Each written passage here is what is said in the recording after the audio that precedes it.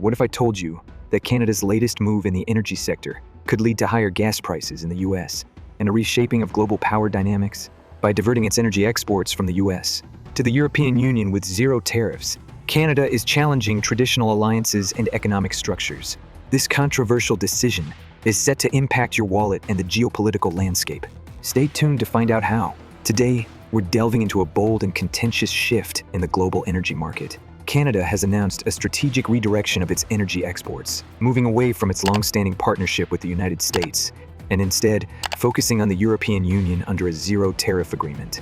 This move comes amidst escalating trade tensions, including the U.S. administration's recent threats to impose a 25% tariff on Canadian oil imports. Such tariffs could have profound implications, potentially increasing fuel prices for American consumers and prompting Canada to seek more stable and lucrative markets abroad. Chapter 1. Big Picture. Why this matters. Let's start with the big picture. This is a dramatic shift in energy trade. Canada, known for its vast oil and natural gas reserves, has decided that its future lies with Europe rather than the US. But what's the driving force behind this decision? To understand Canada's decision, we must first look at Europe's energy landscape. Historically, the EU relied heavily on Russian energy, with Russia supplying 24.8% of the EU's petroleum oils in Q4 2021. However, geopolitical tensions, especially following Russia's invasion of Ukraine in 2022, prompted the EU to reduce this dependency. The solution was clear: America, with its booming natural gas production. But there was a catch. With rising tariffs on European imports and an increasingly unpredictable political climate in the US, Europe couldn't rely solely on one country for its energy future. By Q3 2024, Russia was no longer among the EU's top 7 petroleum suppliers. Instead, the United States 15.2%, Norway 13.9%, and Kazakhstan 11.7% emerged as the leading sources. This shift created an opportunity for Canada to step in as a reliable energy partner. Chapter 2. The shift to North American energy. This is where Canada comes into play. Canada is a powerhouse in energy production. In 2023, the country exported approximately 4.2 million barrels per day (MMBD) of heavy oil and 0.8 MMBD of light oil, with heavy crude accounting for 79% of all crude oil exports. Traditionally, the United States has been the primary recipient, importing about 60% of its crude oil from Canada in 2023, which is 5 times more than its next largest supplier, Mexico. However, Canada's over-reliance on the U.S. market, combined with trade uncertainties, has prompted a strategic diversification. But with the U.S. energy market uncertain, Canada has now decided to prioritize Europe as its primary energy trading partner. This shift is significant because Canada and the EU have already had a strong trade relationship, which was further solidified in 2017 through a trade deal, the Comprehensive Economic and Trade Agreement (CETA). Why does this matter to you? Well, if you live in the EU, this could mean more stable energy prices in the long term, as Canada's commitment to meet Europe's energy needs grows. For the average European consumer, this means less vulnerability to global price fluctuations, particularly those caused by geopolitical instability, such as the ongoing war in Ukraine. Chapter 3. The impact on global energy prices. So, how does this shift in Canada's strategy affect global energy prices? Well, Canada's energy exports are likely to have a stabilizing effect on Europe's energy market, as they'll help fill the gap left by the decline in Russian supplies. But there's more to it. In 2022, global LNG liquefied natural gas exports reached 380 million metric tons, with the United States and Qatar as the 2 largest exporters. But Canada's export potential is also massive. The country is already one of the world's top oil producers and has vast untapped LNG reserves. Canada could become a top-tier player in the energy market, especially if its export infrastructure grows to meet European demands. The Comprehensive Economic and Trade Agreement (CETA), implemented in 2017, laid the foundation for robust trade between Canada and the EU. By 2021, Canada's exports to the EU grew to $32.5 billion, while imports from the EU decreased to $67.50 billion, narrowing Canada's trade deficit with the EU to $35 million. This favorable trade environment, coupled with the EU's need for stable energy sources, makes the EU an attractive market for Canadian energy exports. However, there's a catch. While this could benefit Europeans in the long term, there's always the possibility of price spikes during transitions, especially if Canadian LNG exports don't ramp up as expected. So, in the short term, you might not see immediate relief from high energy prices, but in the medium to long term, the shift to Canadian energy could be a game changer. Chapter 4. The political climate, tariffs, and trade. Now, let's talk about the political climate surrounding this energy shift.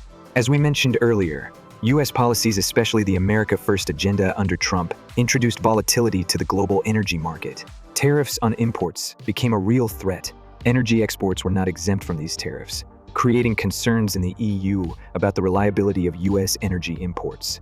In this environment, Europe has been looking for more predictable energy partners.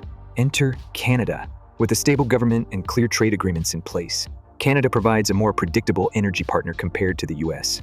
This was further solidified with the CETA deal in 2017, which eliminated tariffs on many goods, including energy resources, allowing for smoother energy trade between Canada and the EU. For everyday Europeans, this shift means greater stability in energy prices without the fear of sudden tariffs or supply disruptions that could occur from political decisions in the U.S. In essence, Canada's decision is about providing security, the security of predictable, reliable energy at competitive prices. Chapter 5. How this affects US-EU relations. So, how does all of this affect the US-EU relationship? Well, this decision by Canada signals a fundamental shift in global energy dynamics. The EU is clearly looking to diversify its energy sources and is no longer solely relying on the US, which it once saw as a natural partner for energy imports. Canada's pivot towards the EU carries significant implications for the United States. In 2024, the US faced a goods trade deficit with the EU, amounting to $235.6 billion, a 12.9% increase from 2023. While the US remained a major LNG supplier to Europe, accounting for 45% of the EU's LNG imports in 2024, Canada's increased presence in the European energy market could intensify competition. This shift may prompt the U.S. to reassess its trade and energy strategies to maintain its influence in the global energy sector. For U.S. consumers, this shift could have indirect effects as well. If the EU moves away from U.S. energy imports, the U.S. may be forced to rely more heavily on domestic consumption and other international markets. This could influence the price of energy in the U.S., particularly if domestic supply falls short of demand. In summary, Canada's decision to pivot from the US to the EU for energy exports at 0% tariffs marks a significant transformation in global trade relations. This move is set to enhance energy security for Europe, diversify Canada's export markets, and prompt the US to reevaluate its position in the global energy arena. As these developments unfold, they will undoubtedly impact economies and daily lives across continents. We'd love to hear your thoughts on this evolving situation.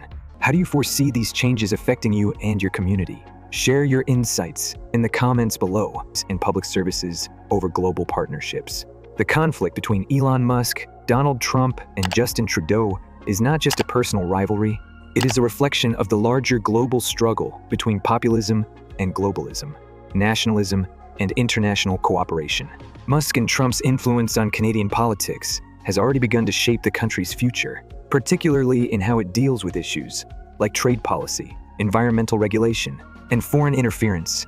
For the average Canadian, the outcome of this political drama could affect everything from consumer prices and taxation to job opportunities and public services. The growing influence of billionaires like Musk, combined with Trump's populist rhetoric, could push Canada toward policies that prioritize sovereignty and national interests over international cooperation. As this saga continues to unfold, Canadians will face difficult questions about their political future and the role that foreign influence will play in shaping their society.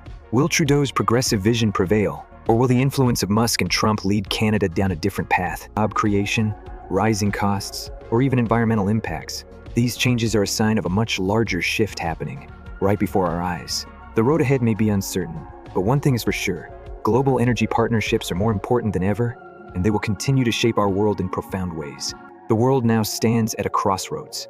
The decisions made today by governments, corporations, and global policymakers will determine whether this trade war propels economies towards self-sufficiency or drags them into prolonged volatility. One thing is certain: this trade war is not just a battle between two nations, it is shaping the future of global trade as we know it. So, what do you think? Is this economic confrontation a necessary step toward independence, or is it a dangerous game that could lead to long-term economic hardship? Let us know your thoughts in the comments below. And if you want to stay updated on the latest developments in global trade, don't forget to subscribe for more in-depth analysis and discussions on the evolving economic landscape.